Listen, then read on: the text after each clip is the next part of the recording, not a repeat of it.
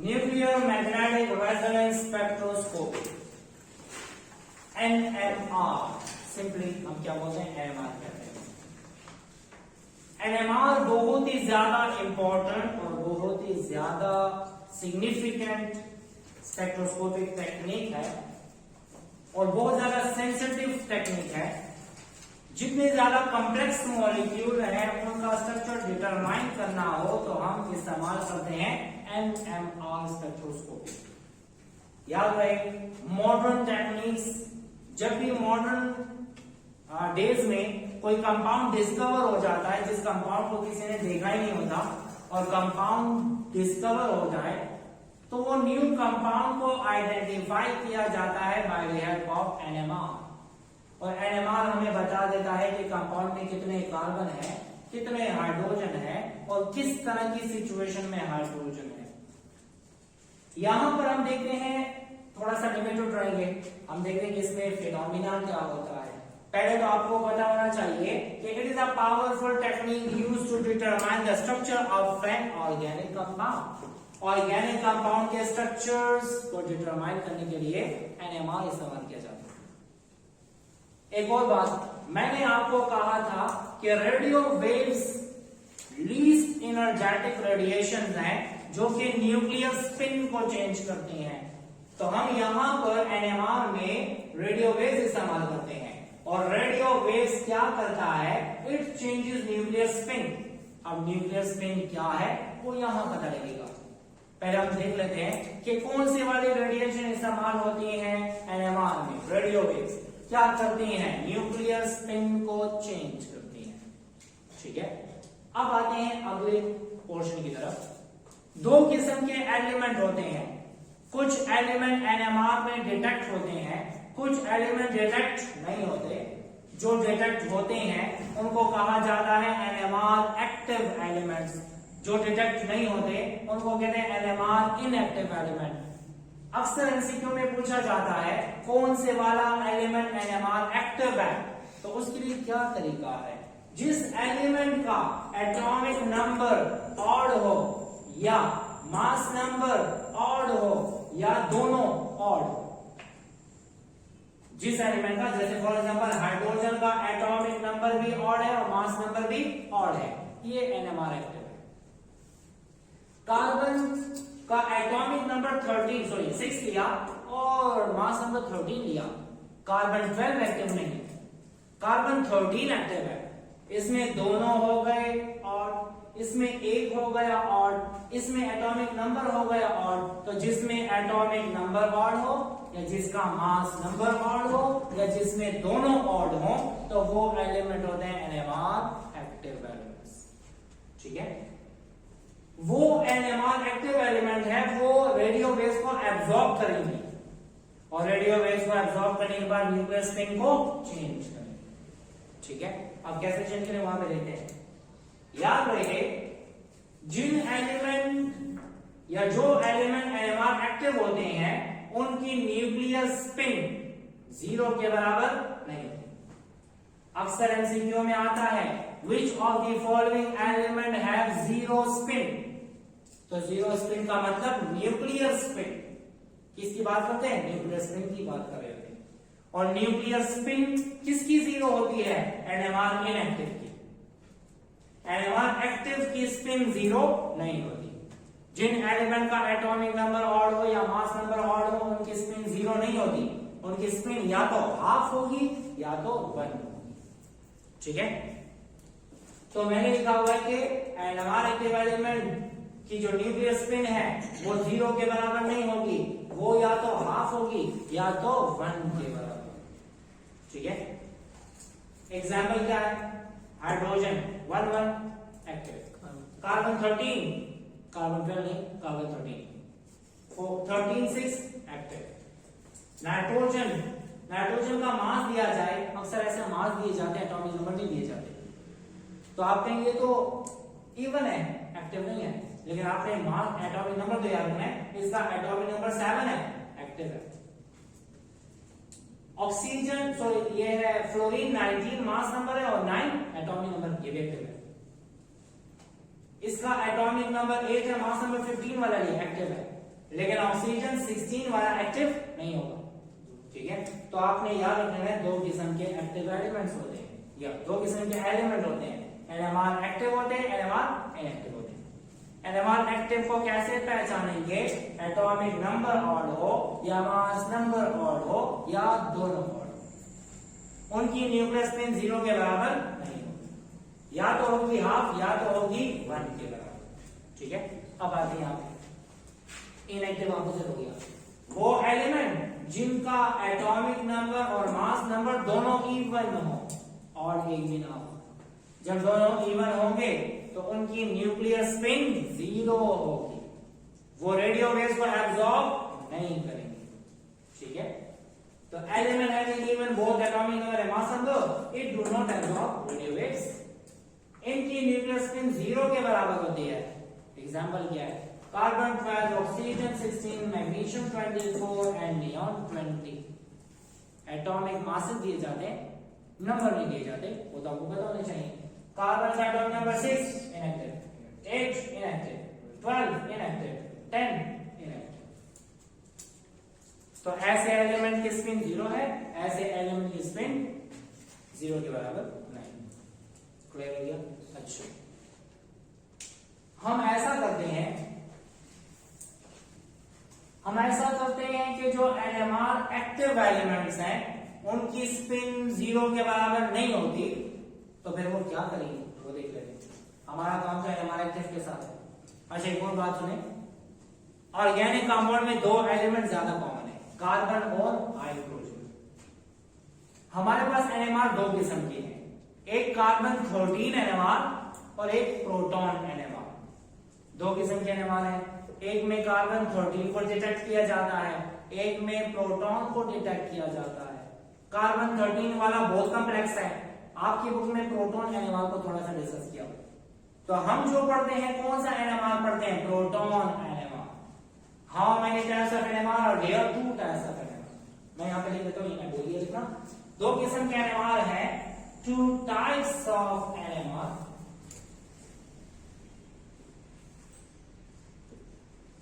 एक को बोला जाता है कार्बन 13 एनएमआर, ये जिसको कार्बन एनएमआर कहते हैं, और दूसरे को कहा जाता है प्रोटॉन एनएमआर। प्रोटॉन का मतलब हाइड्रोजन एनएमआर। हम कौन से वाला डिस्कस करेंगे? प्रोटॉन एनएमआर डिस्कस करेंगे। सुनिए, हमने एज्यूम कर लिया हम प्रोटॉन एनएमआर पढ़े हैं। प्रोटॉन एनएमआर में हाइड्रोजन है ना, हाइड्रोजन का एटॉमिक नंबर क्या? 1। अच्छा, जब हाइड्रोजन के न्यूक्लियस में एक प्रोटॉन है तो क्या प्रोटॉन, चलो एक और बात बताता हूं, इलेक्ट्रॉन में स्पिनिंग होती है, एक होती है क्लॉकवाइज स्पिन, दूसरी एंटी क्लॉकवाइज।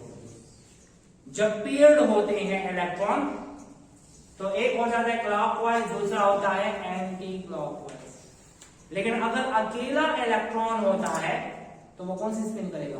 वो क्लॉकवाइज भी करेगा और एंटी क्लॉकवाइज। अकेला इलेक्ट्रॉन दोनों स्पिन करता है, पेयर्ड इलेक्ट्रॉन एक क्लॉकवाइज और दूसरा anti clockwise. Just like electron, nucleus के अंदर प्रोटॉन भी स्पिनिंग करते हैं, न्यूट्रॉन भी स्पिनिंग करते हैं। उस प्रोटॉन की स्पिन को, उस न्यूट्रॉन की स्पिन को क्या बोला जाता है? Nuclear spin. क्या कहते हैं? Nuclear spin. अब फॉर एग्जांपल अगर मैं लेता हूं हीलियम, तो हीलियम का एटॉमिक नंबर क्या है? 2। न्यूक्लियस में कितने प्रोटॉन? 2। कितने न्यूट्रॉन? 2। मतलब वो प्रोटॉन और न्यूट्रॉन पेयर्ड होंगे। क्या होंगे? पेयर्ड। एक प्रोटॉन होगा क्लॉकवाइज और दूसरा होगा एंटी क्लॉकवाइज, दोनों के मैग्नेटिक मोमेंट कैंसिल होती है। आपने पढ़ा होगा जब इलेक्ट्रॉन अनपेयर्ड होता है तो पैरामैग्नेटिक होता है। क्यों? उसकी magnetic field external magnetic field interact करती है। लेकिन अगर इलेक्ट्रॉन पेयर्ड हो जाते हैं तो वो डायामैग्नेटिक होता है, क्योंकि उनकी अपनी मैग्नेटिक फील्ड कैंसिल आउट हो जाती है। अब हीलियम के केस में नेट न्यूक्लियर स्पिन 0 है, लेकिन यहां पर न्यूक्लियर स्पिन 0 नहीं है। अकेला प्रोटॉन है, कैसे स्पिन करेगा? क्लॉकवाइज भी करेगा और एंटी क्लॉकवाइज भी करेगा। अनपेयर प्रोटॉन हो या अनपेयर न्यूट्रॉन हो, उनमें स्पिनिंग होती है, उस स्पिन को क्या कहते हैं? Nuclear spin. अगर एक एलिमेंट के पास अनपेयर प्रोटॉन है, जैसे कि हाइड्रोजन में, तो वो दो किस्म की स्पिनिंग करता है, क्लॉकवाइज स्पिनिंग भी करेगा और एंटी क्लॉकवाइज। अगर हाइड्रोजन एटम में प्रोटॉन क्लॉकवाइज कर रहा है स्पिन या एंटी क्लॉकवाइज कर रहा है, तो दोनों की एनर्जी में कोई फर्क नहीं होगा। ऐसी स्पिन को बोला जाता है डीजेनरेट स्पिन स्टेट। क्या बोलते हैं? Degenerate spin state. प्रोटॉन के अंदर, हाइड्रोजन के अंदर जो प्रोटॉन है वो क्लॉकवाइज स्पिन भी करता है और एंटी क्लॉकवाइज भी करता है। क्लॉकवाइज को नाम दिया किसका? Alpha spin. एंटी क्लॉकवाइज का क्या है? Beta spin. दोनों स्पिन की एनर्जी एक जैसी है। कब एक जैसी है? जब एक्सटर्नल मैग्नेटिक फील्ड एब्सेंट होती है। हम जब एक्सटर्नल मैग्नेटिक फील्ड अप्लाई नहीं करते ना, तो तब चाहे वो क्लॉकवाइज करे चाहे वो एंटी क्लॉकवाइज स्पिनिंग करे, दोनों की एनर्जी क्या होगी? सेम होगी। ऐसी स्पिन को बोला जाता है डीजेनरेट स्पिन स्टेट्स। डीजेनरेट का मतलब क्या? Having similar energy. लेकिन अगर हम एक्सटर्नल मैग्नेटिक फील्ड अप्लाई कर देते हैं, तो एक्सटर्नल मैग्नेटिक फील्ड अप्लाई करने की वजह से क्या हो जाता है? एक्सटर्नल मैग्नेटिक फील्ड अप्लाई करने की वजह से इन दोनों स्पिन की एनर्जी एक जैसी नहीं रहती। एक स्पिन की एनर्जी कम हो जाती है, दूसरी स्पिन की एनर्जी ज्यादा हो जाती है। तो देखिए ना, due to the application of magnetic field spins are no more degenerate. Alpha spin की एनर्जी कम हो गई, बीटा स्पिन की एनर्जी ज्यादा हो गई। अब डीजेनरेट नहीं है। जब प्रोटॉन स्पिन करेगा क्लॉकवाइज तो एनर्जी हो जाएगी कम, जब वो करेगा एंटी क्लॉकवाइज तो एनर्जी हो जाएगी ज्यादा। प्रोटॉन तो एक ही है, प्रोटॉन दो नहीं है। ये नहीं है कि ये अलग प्रोटॉन है दूसरा प्रोटॉन, एक ही प्रोटॉन है। जब एक प्रोटॉन स्पिन करेगा क्लॉकवाइज तो एक्सटर्नल मैग्नेटिक फील्ड की वजह से उसकी एनर्जी हो जाएगी कम। जब वो ही प्रोटॉन स्पिन करेगा एंटी क्लॉकवाइज तो उसकी स्पिन हो जाएगी क्या? ज्यादा, एनर्जी हो जाएगी ज्यादा। अब वजह क्या मैं बताता हूं। जब एक्सटर्नल मैग्नेटिक फील्ड अप्लाई करते हैं,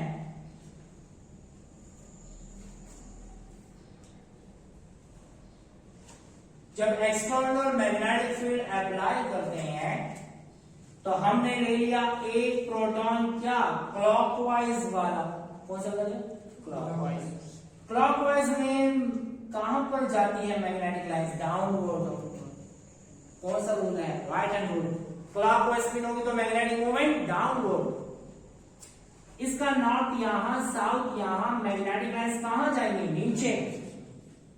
एक्सटर्नल मैग्नेटिक लाइंस कहां जा रही है? नीचे। जब क्लॉकवाइज स्पिनिंग कर रहा होता है तो उस प्रोटॉन की मैग्नेटिक लाइंस और एक्सटर्नल मैग्नेटिक लाइंस पैरेलल हो जाती है। क्या हो जाती है? पैरेलल, अलाइन हो जाती है। तो जब पैरेलल हो जाती है तो क्लॉकवाइज स्पिन वाली की एनर्जी हो जाती है क्या? कम। यहां पे मैंने लिखा क्लॉकवाइज स्पिन के टाइम पे मैग्नेटिक फील्ड प्रोटॉन की मैग्नेटिक फील्ड और एक्सटर्नल मैग्नेटिक फील्ड अलाइन हो जाती है। जब अलाइन हो जाती है तो अल्फा स्पिन की एनर्जी कम हो जाती है। इसको बोला जाता है LESS, low energy spin state. इसको क्या बोलेंगे? Low energy spin state. समझा गया? लेकिन अगर मैं एंटी क्लॉकवाइज लेता हूं तो एंटी क्लॉकवाइज में मैग्नेटिक मूवमेंट कहां जाती है? अपवर्ड। नॉर्थ होगा नीचे, साउथ होगा ऊपर। नीचे से लाइंस गई कहां? ऊपर। इसकी लाइंस जा रही हैं ऊपर, एक्सटर्नल मैग्नेटिक लाइंस नीचे, एक दूसरे को अपोज कर रही हैं, अगेंस्ट जा रही है। जहां पर अगेंस्ट नेचर आ जाती है तो वहां पे एनर्जी ज्यादा हो जाती है। ठीक है? तो जो बीटा स्पिन है उसकी एनर्जी ज्यादा हो जाती है, उसको बोला जाता है HESS, high energy spin state. ये चीजें इंपॉर्टेंट है। अगर आपसे पूछा जाए NMR वेक्टर क्या है, NMR वेक्टर क्या है, पता है? इसके अलावा अल्फा स्पिन की एनर्जी क्यों कम हो गई कि जब प्रोटॉन की मैग्नेटिक फील्ड और एक्सटर्नल मैग्नेटिक फील्ड अलाइन हो जाए, पैरेलल हो जाए, तो अल्फा स्पिन की एनर्जी कम हो गई। और जब एंटी क्लॉकवाइज स्पिन में प्रोटॉन की मैग्नेटिक फील्ड अलाइन हो जाती है against to the applied magnetic field, तो ऐसे केस में एनर्जी ज्यादा हो जाती है और इसको बोला जाता है हाई एनर्जी स्पिन स्टेट। समझ आ गई? Yes sir. एनएमआर स्पेक्ट्रोस्कोप में एक कंपाउंड लिया जाता है, कंपाउंड में एक कॉइल, उसी इंस्ट्रूमेंट में एक कॉइल बनाया जाता है, तो यहां पे बता दूं ये है ऐसे ऐसे ऐसे,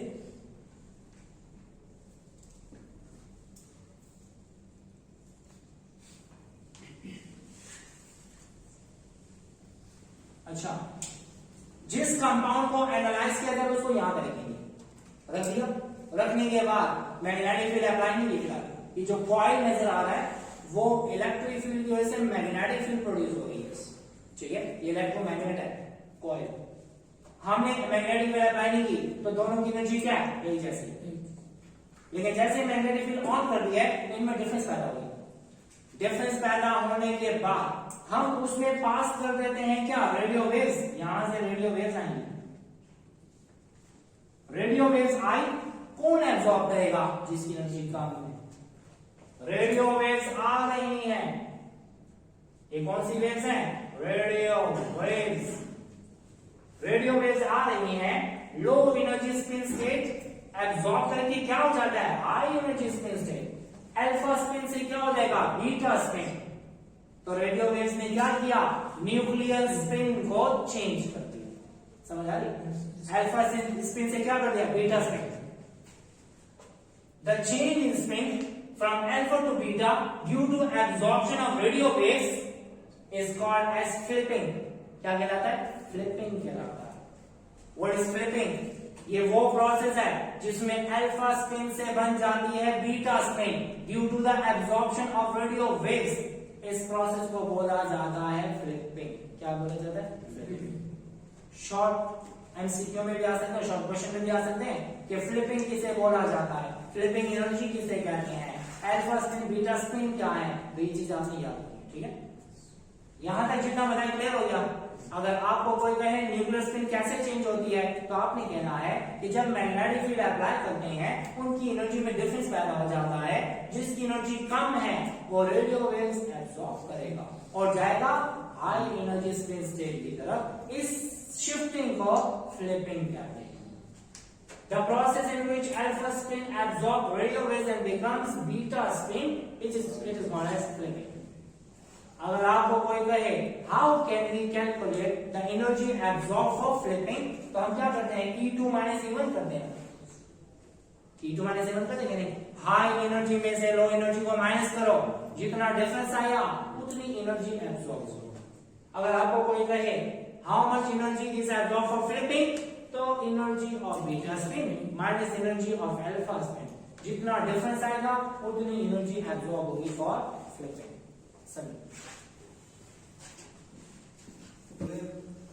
अच्छा, एनएमआर स्पेक्ट्रोस्कोपी में जो जो फिनोमिना होता है, जो प्रिंसिपल फॉलो होता है, वो तो हमने पढ़ लिया।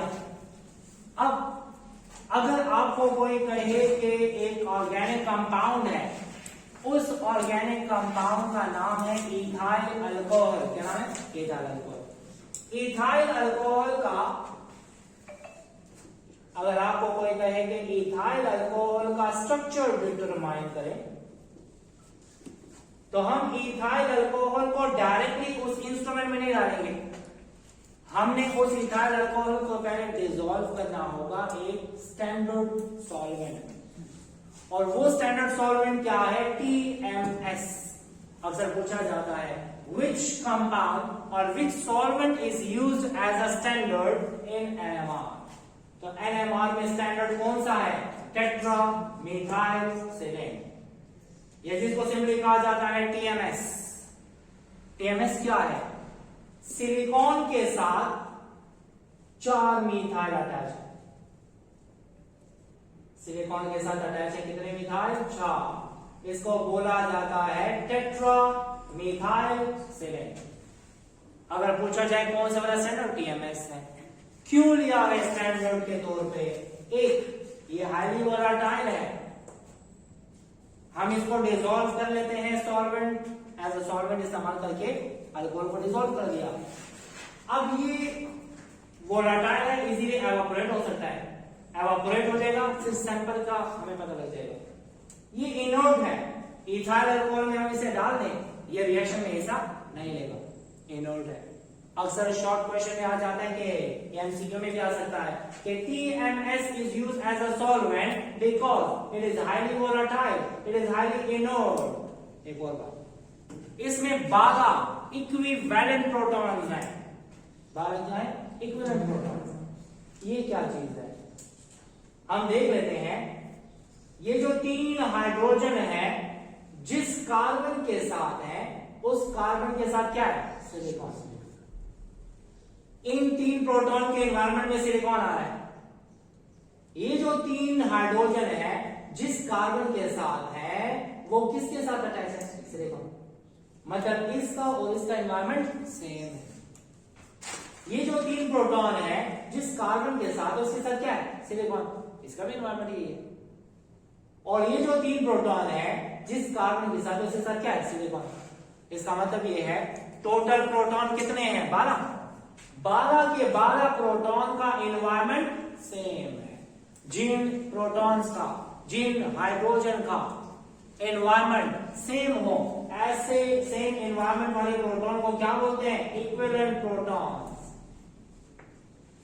क्या कहते हैं? Equivalent protons. मैं यहां पे लिख के बता देता हूं कि इक्विवेलेंट प्रोटॉन्स क्या होते हैं। Equivalent protons, those proton having similar environment, जिनका एनवायरमेंट एक जैसा होता है, ऐसे प्रोटॉन को इक्विवेलेंट प्रोटॉन कहते हैं।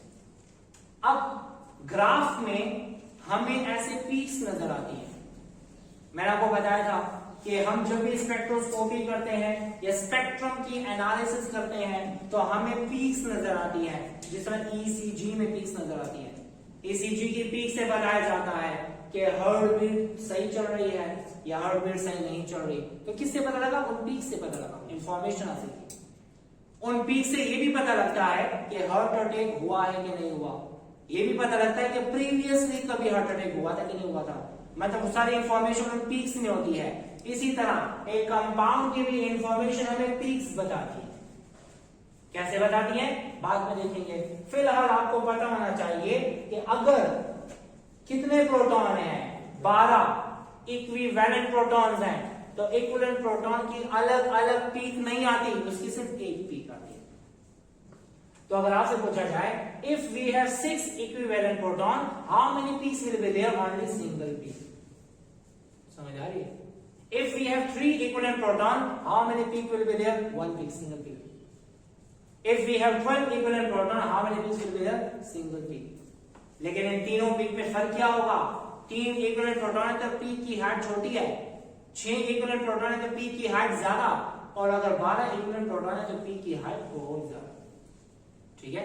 Height off peak give information about the number of equivalent protons. समझ आ रही है? ठीक है? फॉर एग्जाम्पल 12 इक्विवेलेंट प्रोटॉन है, हाईएस्ट पीक होगी। 6 इक्विवेलेंट प्रोटॉन है, एक पीक है लेकिन उससे छोटी होगी। 3 इक्विवेलेंट प्रोटॉन है तो उससे छोटी पीक होगी। समझ आ रही है? तो यहां हम लिख देते हैं कि equivalent proton always produces single peak in NMR spectrum। NMR spectrum में सिंगल पीक देता है कौन? Equivalent protons. तो पहली बात, TMS एज अ स्टैंडर्ड क्यों लिया? वोलाटाइल है, इनर्ट है, इसमें 12 इक्विवेलेंट प्रोटॉन्स हैं, इसकी जो पीक है वो हाईएस्ट है, हाईएस्ट पीक होती है स्पेक्ट्रम। इसके अलावा जिसको हम स्टैंडर्ड लेते हैं तो उसको एक वैल्यू असाइन करते हैं, और वो वैल्यू हमने क्या दी है? 0। The delta value for TMS is assumed as 0. आजकल का जो स्केल है उसमें हम डेल्टा स्केल लेते हैं। पुराना जो स्केल था वो टॉ स्केल था, TAU, टॉ स्केल। अगर आपसे पूछा जाए कि NMR में जो स्केल लिया जाता है कौन से लिया जा सकता है, डेल्टा एंड टॉ। डेल्टा की वैल्यू 0 है, किसके लिए, TMS के लिए। लेकिन टॉ स्केल में वैल्यू क्या है, 10, क्योंकि tau is equal to 10 minus delta. What is the delta value of TMS, 0। 10 minus 0, 10, तो मतलब टॉ की वैल्यू 10 आ जाए। तो याद रही ये चीजें MCQ के लिए इंपॉर्टेंट है, हर एक पॉइंट इंपॉर्टेंट है। जो मैंने बताया है ये पॉइंट याद रखें। कभी भी ऐसा नहीं होगा कि लॉन्ग क्वेश्चन में NMR आ जाए, शॉर्ट क्वेश्चन में आ सकता है, MCQ में आ सकता है। शॉर्ट क्वेश्चन में कैसे आ सकता है, define equivalent protons, what is flipping, how many types of NMR elements, what is the difference between NMR active and NMR inactive, समझ आ रही है, ठीक है। तो इस तरह के शॉर्ट क्वेश्चन आता है MCQ से, ठीक है। अच्छा, हम ऐसा करते हैं, हमने कंपाउंड लिया, TMS में मिक्स किया, TMS में मिक्स करने के बाद हमने स्पेक्ट्रम ले लिया। इन बातों को बाद में देखते हैं। स्पेक्ट्रम में एक्स एक्सिस पे हमें डेल्टा मिलता है और डेल्टा की वैल्यू 0 से लेके 10 तक है। कहां से, 0 से 10। जो सबसे हाईएस्ट पीक नजर आती है वो किसकी होगी, TMS की होगी। किसकी होगी, TMS। और जो 0 से लेफ्ट साइड पे पीक आती है वो उन सैंपल की होती है। अल्कोहल डाले ना हमने, अल्कोहल में ये हाइड्रोजन, ये हाइड्रोजन, ये हाइड्रोजन, ठीक है। इनकी यहाँ पे पीक्स आएंगी, यहां पर पीक आ सकती है, यहां पर पीक आ सकती है, ऐसे पीक आ सकती है, ऐसे पीक आती है। इनको सिंगलेट बोलते हैं, डबलेट बोलते हैं, ट्रिपलेट बोलते हैं, क्वार्टेट बोलते हैं, हेक्सेट बोलते हैं, सेप्टेट बोलते हैं, लेकिन उनके साथ काम नहीं। TMS के लेफ्ट साइड पे जो पीक्स आती हैं सैंपल की, उन पीक्स को बोला जाता है केमिकल शिफ्ट। क्या बोलते हैं, chemical shift. What is chemical shift, standard ने जो पीक दी वो तो स्टैंडर्ड की पीक हो गई। सैंपल की जो पीक्स आई लेफ्ट साइड पे, उस पीक्स को बोला जाता है क्या, chemical shift. The frequency absorbed by a sample, the frequency absorbed by a sample is expressed in terms of chemical shift. उस फ्रीक्वेंसी को केमिकल शिफ्ट में कन्वर्ट किया जाता है और इस पे प्लॉट कर दिया जाता है, ठीक है। So what is chemical shift, ये वो फ्रीक्वेंसी है जो एब्जॉर्ब करता है सैंपल। चलिए काम की बात की तरफ आते हैं, ये मैं बाद में बताता हूं, ठीक है।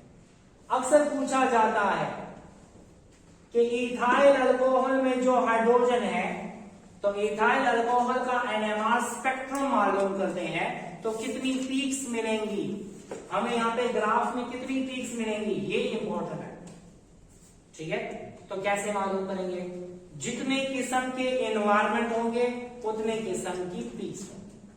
फॉर एग्जाम्पल, एक हाइड्रोजन ये है, इसके साथ क्या अटैच है, ऑक्सीजन। ऐसे एनवायरमेंट वाला कोई और है नहीं, एक पीक इसकी आई।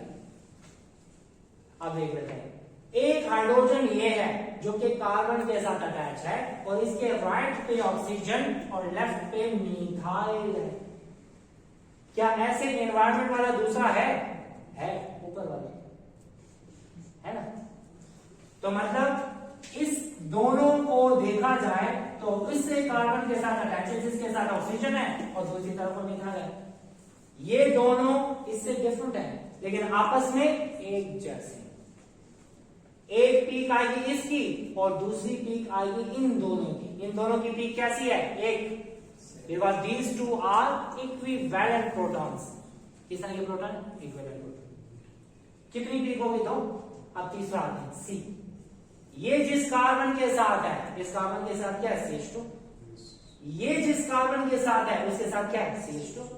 ये जिस कार्बन के साथ है उसके साथ क्या है, CH2। मतलब ये तीनों क्या है, इक्विवेलेंट प्रोटॉन्स। अगर आपको कोई कहे इथाइल अल्कोहल का NMR स्पेक्ट्रम देखते हैं, कितनी पीक्स मिलेंगी, 3 पीक्स मिलेंगी। एक पीक इसकी, एक पीक इसकी और एक पीक इन तीन की।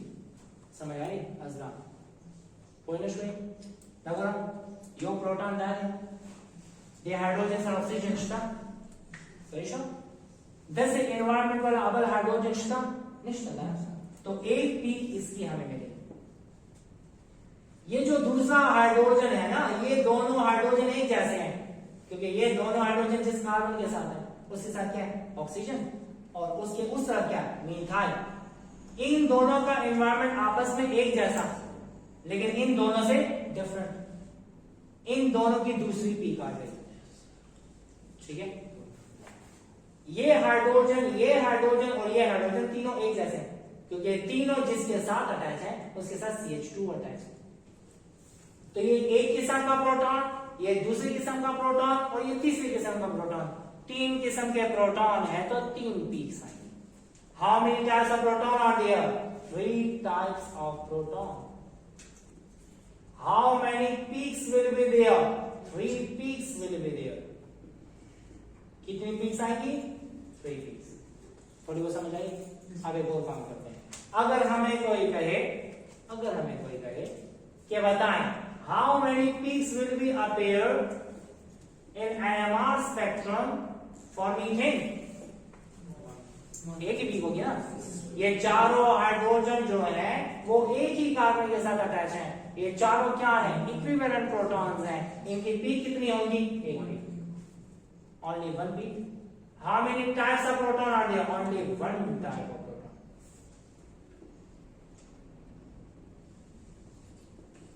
अगर आपको कोई कहे कि how many peaks will appear for ethane? Abdullah कितनी पीक्स आएंगी ईथेन की? 1 पीक। 2। अब्दुल्ला कैसे 1? हाँ सेम है। अब ऐसा कर लेते हैं, ये hydrogen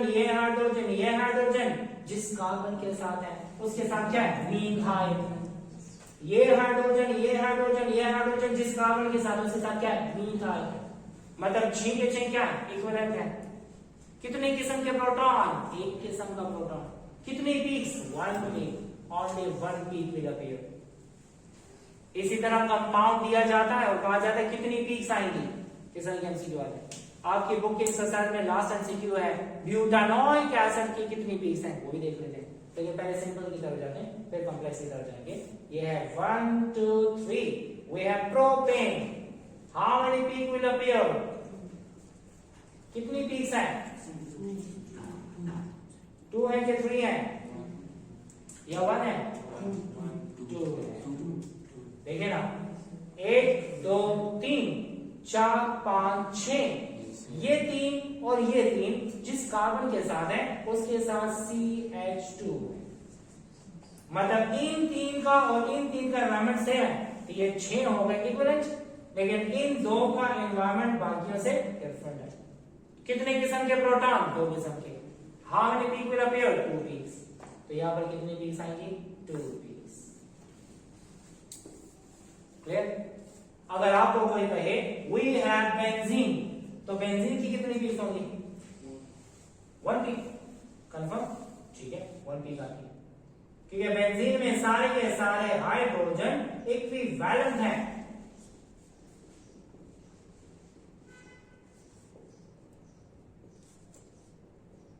Only 1 peak will appear.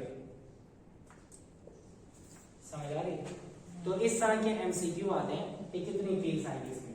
देख लेते हैं CH3 CH2 CH2 C double bond O OH। इस कंपाउंड का नाम है ब्यूटानोइक एसिड। एक्सरसाइज में एमसीक्यू है कि ब्यूटानोइक एसिड की कितनी पीक्स अपीयर होंगी? 4। कंफर्म? ठीक है, 4 आएंगी। एक तो ये हो गया, दूसरा ये हो गया, तीसरा ये हो गया, चौथा ये हो गया। अलग अलग एनवायरमेंट है। HO के साथ अटैच है। ये 2 हाइड्रोजन जिसके साथ अटैच है लेफ्ट पे CH2 राइट पे CH2, ये अलग एनवायरमेंट है। ये 2 जिसके साथ अटैच है इधर CH2 उधर CH2, अलग एनवायरमेंट। ये 3 जो अटैच हैं इसके साथ क्या अटैच है? CH2। तो मतलब क्या हुआ?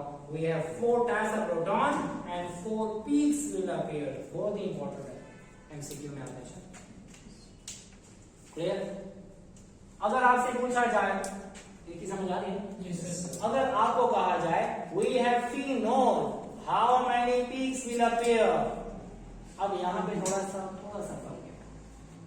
हम देख लेते हैं, ये है हाइड्रोजन, ये है हाइड्रोजन. अजलाल बताओ क्या हो सकता है? 2 peaks. 2 peaks? क्यों? 3 peaks? हमें लगता है 3 है, लेकिन असल में ये 4 peaks आते हैं. एक तो पीक आई इसकी एरोमेटिक कंपाउंड में, फिर हम देखते हैं तो एक पीक इसकी आई, फिर हम इससे डिस्टेंस देखते हैं. OH का ये आर्थो आर्थो, इनकी दूसरी पीक आई. फिर ये जो H है ये मेटा मेटा, इनकी अलग पीक आएगी. और ये किस पोजीशन पे है? पहला पोजीशन पे. इसका मतलब ये होगा कि जब बेंजीन होगा तो बेंजीन तो एक पीक है, लेकिन बेंजीन के साथ जो ग्रुप अटैच होता है उस ग्रुप के मुताबिक देखते हैं कि हाइड्रोजन दूर है या करीब है.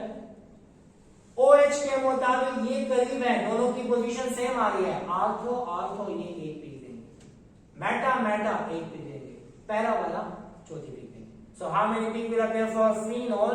तो ये आएंगे कितनी? 4 peaks. How many peaks will appear for toluene?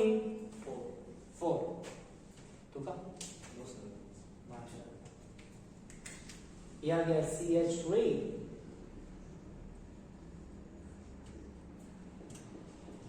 ये है H H H H H. ये 3 है इक्विवेलेंट इसकी पीक. ये हो गया A, ये हो गया BB, और ये हो गया CC, और ये हो गया D. How many peaks will appear for toluene? 4 peaks. How many types of proton are there? 4 types of protons. समझ आ गई? ये है NMR से रिलेटेड एक बात और रहती है, इंपॉर्टेंट बात होगी. यहां तक तो समझ आ गई ना? एक और बात सुने, हमें 2 किस्म के ग्राफ मिलते हैं. एक ग्राफ मिलता है TMS के करीब, एक ग्राफ मिलता है TMS से दूर. जो TMS के करीब है उसको बोला जाता है अपफील्ड. क्या बोला जाता है? अपफील्ड. जो TMS से दूर है उसको बोला जाता है डाउनफील्ड. क्या बोला जाता है? डाउनफील्ड. चलो मैं थोड़ा सिंपल करके बता देता हूं. अगर आपको कोई कहे अपफील्ड में कौन सा आएगा और डाउनफील्ड में कौन सा आएगा, ये है हमारे पास CH2, ये है CH3. अब देख लेते हैं, सुने. वो हाइड्रोजन जो मोर इलेक्ट्रोनेगेटिव एलिमेंट के साथ है वो डाउनफील्ड में पीक देगा. किधर पीक देगा? डाउनफील्ड. और जो नॉन पोलर बॉन्ड के साथ अटैच है तो ये वाला प्रोटॉन कहां आएगा? अपफील्ड में आएगा. तो मैंने लिखा हुआ है कि वो प्रोटॉन जो लेस इलेक्ट्रोनेगेटिव के एनवायरनमेंट में मौजूद है तो वो कहां पे आएगा? It appears in upfield. कहां पर आएगा? यहां पर. और उसकी डेल्टा वैल्यू क्या होगी? लो, कम वैल्यू. वो क्या ज्यादा है. अगर आपको कोई पूछे कि CH in alcohol and OH in alcohol कौन से वाले प्रोटॉन की डेल्टा वैल्यू ज्यादा है, कौन से वाला डाउनफील्ड में है, कौन से वाले की डेल्टा वैल्यू कम है, ये कौन से वाला अपफील्ड में है? CH. जब डेल्टा वैल्यू कम है तो ये लेस फ्रीक्वेंसी एब्जॉर्ब करेगा फॉर फ्लिपिंग, ये ज्यादा एनर्जी एब्जॉर्ब करेगा फॉर फ्लिपिंग. जब ज्यादा एनर्जी एब्जॉर्ब करेगा तो ज्यादा डेल्टा वैल्यू होगी, और जब ज्यादा डेल्टा वैल्यू होगी तो कौन सा फील्ड है? Down field. CH absorbs less frequency for flipping. इसकी डेल्टा वैल्यू क्या होगी? लो डेल्टा वैल्यू. और कौन सी फील्ड में आएगा? अप फील्ड में आएगा इसका ग्राफ. ये चीज एमसीक्यू में आती है. In ethyl alcohol, dash bond या OH bond will appear in dash field. कौन सा फील्ड है? Down field. अगर OH bond है तो OH bond का वाइस वर्सा कर दें. It absorbs more frequency. जब ज्यादा फ्रीक्वेंसी है तो डेल्टा वैल्यू क्या होगी, high delta value, and it appears where, down field. तो आपने ये चीजें याद रखनी है कि कौन से वाला बॉन्ड कहां पर अपीयर होगा, डाउन में होगा या अप में होगा। लेस इलेक्ट्रोनेगेटिव के साथ है तो अप फील्ड में होगा, मोर इलेक्ट्रोनेगेटिव के साथ है तो डाउन में। ठीक है, इसको हम शील्डेड प्रोटॉन कहते हैं, इसको हम डी शील्डेड प्रोटॉन कहते हैं। असल में बातें ज्यादा तो मैं सोच के बता रहा हूं कि मैं बताऊंगी ना बताऊं, कहीं पे ऊपर से ना गुजर जाए। इतना तो समझ आ गई ना। ठीक है, लेस इलेक्ट्रोनेगेटिव एलिमेंट लिखा ना, तो ये सिमेट्रिकली इलेक्ट्रॉन मूव करेगा।